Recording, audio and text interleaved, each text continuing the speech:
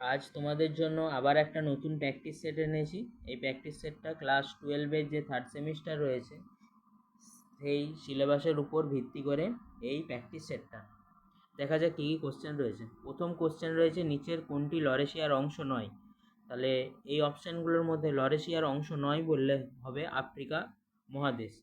Asia মহাদেশ, Europe আর উত্তর America এগুলো হচ্ছে লরেশিয়ার অংশ। আফ্রিকা মহাদেশ হচ্ছে গন্ডোয়ানা ল্যান্ডের অংশ। বিশ্বের দীর্ঘতম মহাদেশীয় হিমবাহ, এটার সঠিক উত্তর হচ্ছে ল্যাম্বার্ট।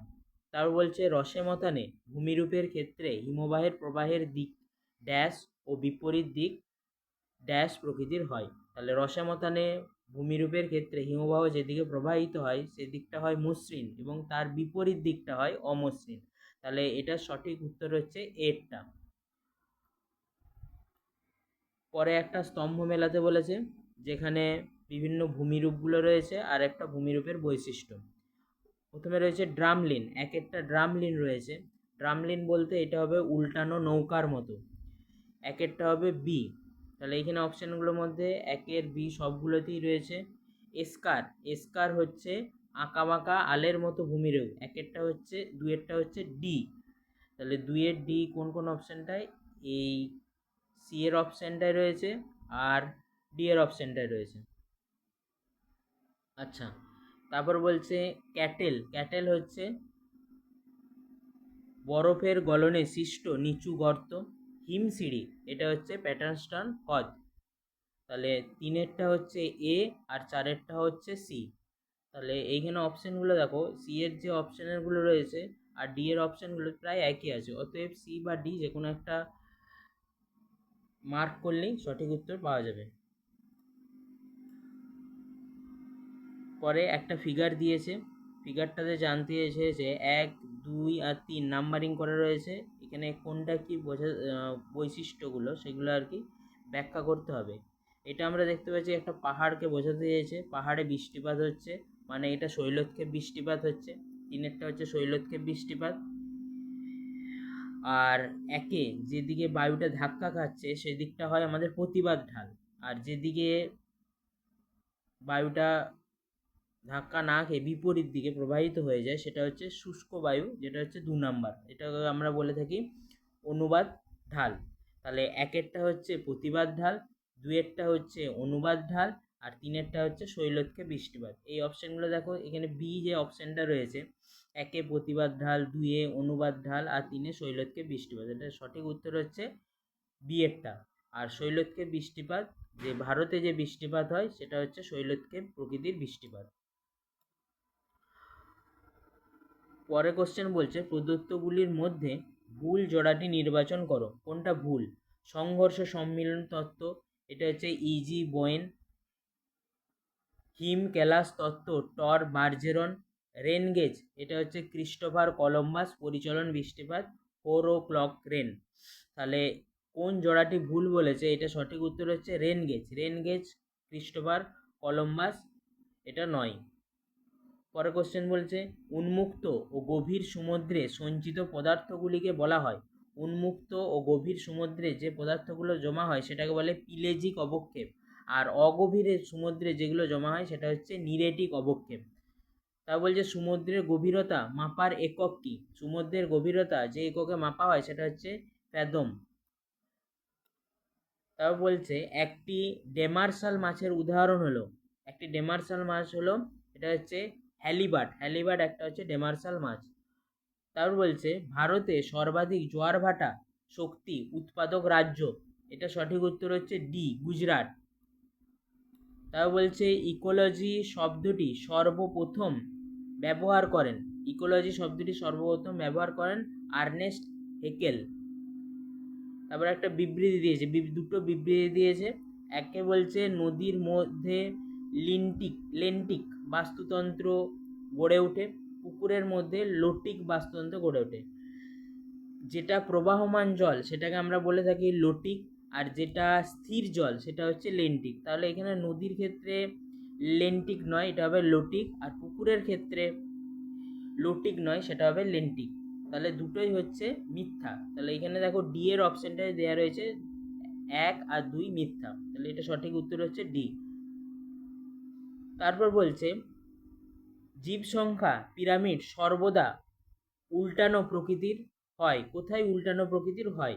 এটা হচ্ছে পরজীবী যে খাদ্য শৃঙ্খল, সেখানে হচ্ছে উল্টানো প্রকৃতির জীব সংখ্যা পিরামিডটা হয়ে থাকে। পরে বলছে সঠিক ক্রমটি সাজাও। সঠিক ক্রম কী হবে? ঘাস ফড়িং, ব্যাং, সাপ, ময়ূর আর বাজ পাখি। ঘাস ফড়িং, ব্যাং, সাপ, বাজ পাখি। উদ্ভিদ, কীটপতঙ্গ, সাপ, বাজ পাখি।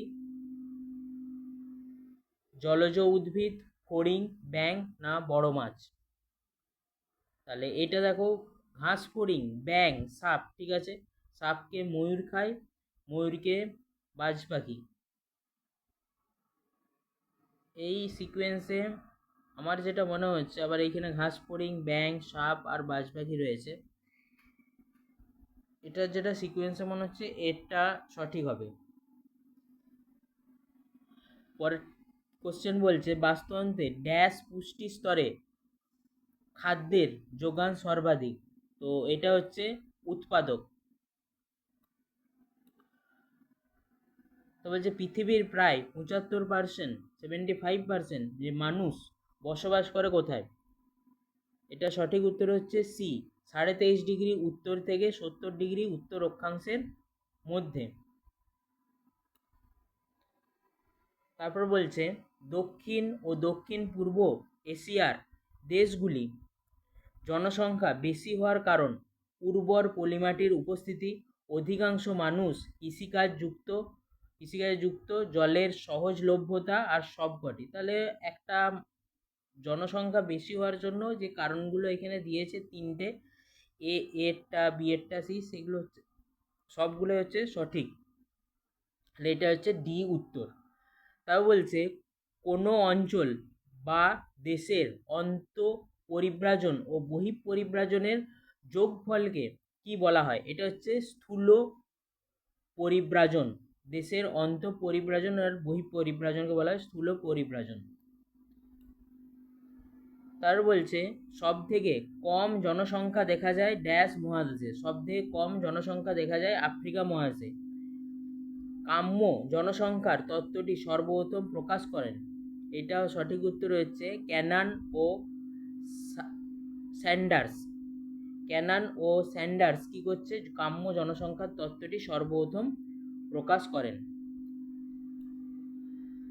তার বলছে সমুদ্র উপকূলবর্তী অঞ্চলে যে ধরনের জনবসতি দেখা যায় তা হলো সমুদ্র উপকূল লম্বাভাবে অবস্থান করে থাকে, তাহলে এটা হচ্ছে রৈখিক জনবসতি। তার বলছে পলি মৃত্তিকা অঞ্চলে গোষ্ঠীবদ্ধ জনবসতি গড়ে ওঠে। এটা বিবৃতিতে বলছে, কারণে বলছে এখানে কৃষিকাজ ভালো হয়। অবশ্যই এখানে দেখো পলি মৃত্তিকাতে গোষ্ঠীবদ্ধ জনবসতি গড়ে উঠছে, এটাও ঠিক। যেমন আবার কারণে এখানে কৃষিকাজ ভালো হয়, এটাও ঠিক হবে, কারণ পলি মৃত্তিকাতে কৃষিকাজ তো অবশ্যই ভালো হবে এবং কৃষিকাজের জন্য মানুষগুলো কী হবে? গোষ্ঠীবদ্ধভাবে অবস্থান করবে। তাহলে এটা সঠিক উত্তর হচ্ছে এ ও আর দুটোই সঠিক এবং আর এর সঠিক ব্যাখ্যা। তারপর কি বলছে পম্পাস তৃণভূমি অঞ্চলে গড়ে ওঠা জনবসতির ধরন। পম্পাস তৃণভূমি এটা হচ্ছে বিক্ষিপ্ত। পম্পাস তৃণভূমি কোথায় রয়েছে? দক্ষিণ আমেরিকা মহাদেশে এই পম্পাস তৃণভূমি লক্ষ্য করা যায়। জনসংখ্যা এটা শহরের শ্রেণীবিভাগ দিয়েছে। তাহলে প্রথম শ্রেণী, দ্বিতীয় শ্রেণী, তৃতীয় শ্রেণী, চতুর্থ। তাহলে প্রথম শ্রেণীতে জনসংখ্যা অবশ্যই বেশি হবে, তাহলে যেখানের মধ্যে জনসংখ্যা সবচেয়ে বেশি রয়েছে সি এরটায়। দ্বিতীয় এটার থেকে কম হচ্ছে এই যে বি এরটা, তাহলে দুইয়েরটা হচ্ছে বি। তৃতীয়তে কী হবে? দ্বিতীয় শ্রেণীর থেকে কম, এটা সঠিক উত্তর হচ্ছে ডি। আর চতুর্থ হচ্ছে এটার থেকেও কম, তাহলে এটা হচ্ছে এ। তাহলে একেরটা বি, একেরটা সি কোথায় রয়েছে? এই দুটো অপশানে রয়েছে। দুইয়েরটা বি কোন অপশানে রয়েছে? এই অপশানটা রয়েছে, তাহলে এটা সঠিক উত্তর হচ্ছে সি।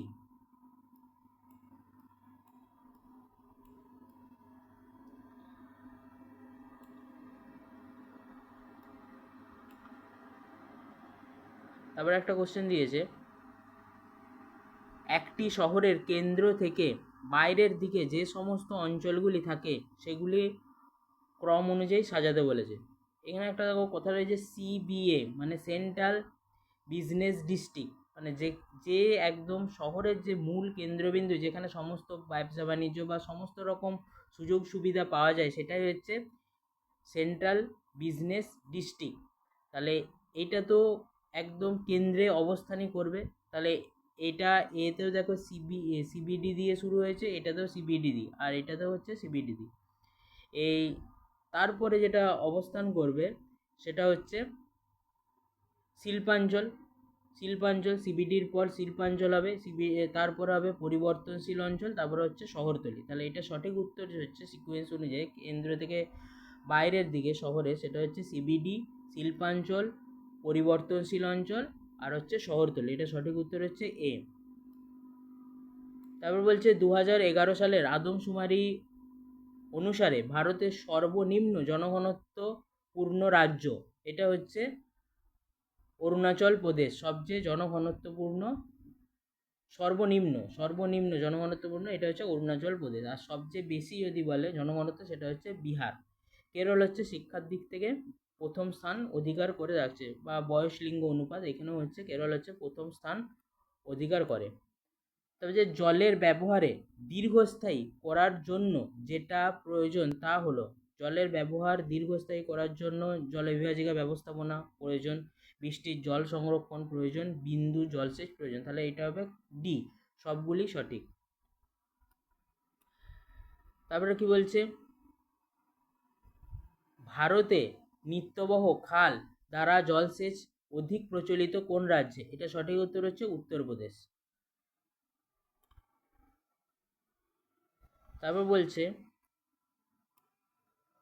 বর্তমানে, এখানে বিবৃতি দিয়েছে আর কারণ দিয়েছে, বর্তমানে ভারতে প্রাকৃতিক গ্যাস বিভিন্ন কাজে ব্যবহৃত হয়, যেমন রাসায়নিক সার তৈরিতে, বিদ্যুৎ উৎপাদনে, এলপিজি ও সিএনজি প্রস্তুতিতে। কারণে বলছে পৃথিবীতে প্রাকৃতিক গ্যাস সব থেকে বেশি পাওয়া যায় ভারতে। আচ্ছা, তো এটা পৃথিবীর যে সবচেয়ে বেশি প্রাকৃতিক গ্যাস ভারতে পাওয়া যায়, এটা কিন্তু ঠিক নয়, এটা হচ্ছে ভুল। তাহলে এটা দেখো, এরটা সঠিক কিন্তু আর ভুল। তাহলে এটা সঠিক উত্তর হচ্ছে সি এরটা। তারপরে একটা অনুচ্ছেদ দিয়েছে, এটা পড়ে উত্তর করতে বলছে, পৃথিবীর বায়ুমণ্ডল দ্বারা গড়ে 1353 কিমি পার স্কোয়ার মিটার সৌরশক্তি পেয়ে থাকে। পৃথিবীর বায়ুমণ্ডল দ্বারা গড়ে, বায়ুমণ্ডল যেটা রয়েছে সেখান থেকে 1353 কিলোওয়াট পার স্কোয়ার মিটার সৌরশক্তি পেয়ে থাকে। ভারতের ক্রান্তীয় মণ্ডলে দেশ হওয়ায় ভারতে বেশিরভাগ অংশ 300 দিনের বেশি সৌরশক্তি পায়। এই বিদ্যুৎ উৎপাদনে বিভিন্ন পদ্ধতি ব্যবহৃত হয়। এসপিভি হলো এমন একটি পদ্ধতি যেখানে গতিশীল বস্তুর ব্যবহার ছাড়াই সৌরশক্তিকে বিদ্যুতে পরিণত করে। ভারত প্রান্তীয় অঞ্চলে অবস্থিত হওয়ার কারণে এখানে এই বিদ্যুৎ উৎপাদনের সম্ভাবনা বেশি। ঠিক আছে, তাহলে এখানে একটা অনুচ্ছেদ দিয়েছে, অনুচ্ছেদটা পড়ে এই কোশ্চেনের উত্তরটা দেবে। ভারত ড্যাশ অঞ্চলে অবস্থান করছে। তাহলে ভারত আমরা জানি প্রান্তীয় অঞ্চলে অবস্থান করছে, সেজন্যই প্রায় সারা বছরই সূর্যরশ্মির যে প্রভাবটা সেটা আমরা লক্ষ্য করতে পারি। কারণ আমরা জানি সূর্যরশ্মির 0 ডিগ্রি যে অক্ষরেখা রয়েছে, নিরক্ষরেখা থেকে 23.5 ডিগ্রি যে অক্ষরেখা রয়েছে সেখানে লম্বভাবে কিরণ দেয়। তাহলে ভারত এই স্থানের মধ্যে অবস্থান করার জন্য ভারত সূর্যরশ্মি প্রায় সারা বছর পেয়ে থাকছে মোটামুটিভাবে। সেই জন্য ভারতে যে সৌরশক্তি উৎপাদনটা অনেকটা সম্ভাবনাটা বেশি হচ্ছে, তাই এটা সঠিক উত্তর হচ্ছে ক্রান্তীয় অঞ্চল। তারপর বলছে সবুজ বিপ্লবের প্রভাব যে ফসলের উপর পড়েনি, সবুজ বিপ্লবের প্রভাব পড়েনি হচ্ছে ধানের উপর পড়েছে, গমের উপর পড়েছে, ভুট্টার উপর পড়েছে, কার্পাসের উপর পড়েনি। তাহলে পড়েনি বলেছে, তাই এটা সঠিক উত্তর হচ্ছে সি। এটা দেখবে ভালো করে কি বলতে চেয়েছে কোশ্চেনটা। তারপর বলছে ভারতের কেন্দ্রীয় কার্পাস গবেষণাগার নাগপুরে অবস্থিত।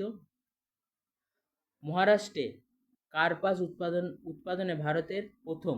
তাহলে কেন্দ্রীয় যে কার্পাস গবেষণাগার নাগপুরে রয়েছে, কিন্তু মহারাষ্ট্রে কার্পাস উৎপাদনে ভারত প্রথম নয়, ভারতে প্রথম নয়। মহারাষ্ট্রের জায়গায় এটা হবে গুজরাট। গুজরাট কার্পাস উৎপাদনে ভারতে প্রথম। তাহলে একেরটা সঠিক আর দুইয়েরটা হচ্ছে ভুল, তাহলে এটার অপশন হচ্ছে ডি এরটা উত্তর। তারপর এখানে একটা ডায়াগ্রাম দিয়েছে, ডায়াগ্রামটা বলছে BRICS, মানে ব্রিক্সের কথা বলছে। ব্রিক্সের মধ্যে আই বলতে কোন দেশকে? এটা সঠিক উত্তর হচ্ছে ভারত, ভারতকে বোঝানো হয়ে থাকে।